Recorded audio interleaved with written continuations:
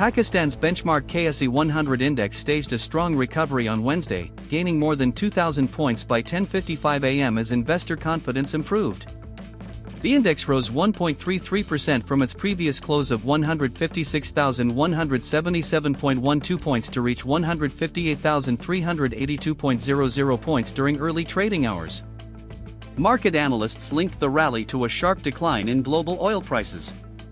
Oil prices fell nearly 15% on Tuesday after briefly reaching their highest level since 2022 a day earlier.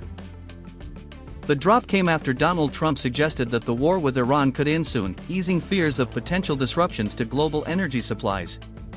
The positive momentum had already begun in Tuesday's session, when the KSE-100 Index surged 9,696.98 points to close 6.62% higher than its previous close.